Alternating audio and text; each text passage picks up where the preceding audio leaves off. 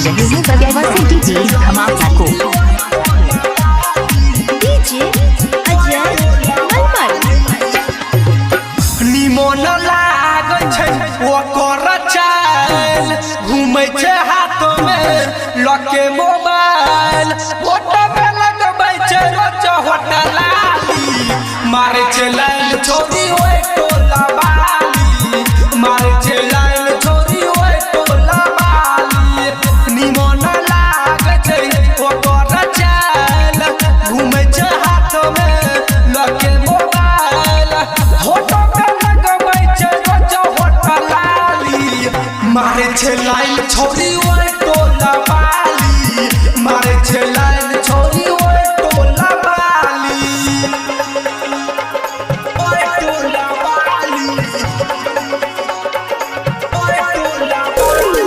DJ Ajay मलमल इलाका किसी का हो धमाका दिवाकर दीवाना भाई का ही होगा।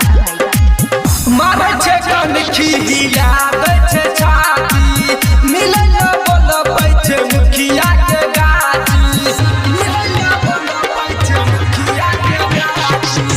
मारे छै कनखी हिलाबै छै छाती, मिलै न बोलबै छै मुखिया के गाची।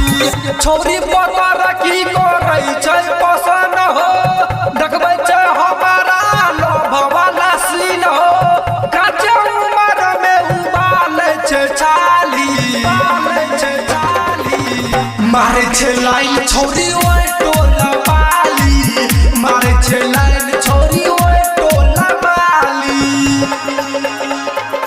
ओए टोला बाली,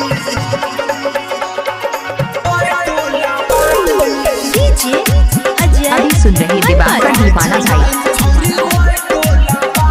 प्रेजेंटेड बाय अरुलिया रिकॉर्डिंग स्टूडियो। ओकरा चक्कर में रहै छियै जाग के, कहै छलै शादी कऽले न भाग के, कहै छलै शादी कऽले न भाग के। ओकरा चक्कर में रहै छियै जाग के, कहै छलै शादी कऽले न भाग के। शिव शंकर यादव कहै छै सच बात हो, भैया सिकंदर दादा न हो साथ हो, चलै छै जखन हिला के कोनो बाली, मारे छै लाइन छोरी ओए टोला बाली, मारे छै लाइन आप सुन छोरी रहे ओए हैं दिवाकर टोला दीवाना भाई को ग्राम बाली। बगैवा जिला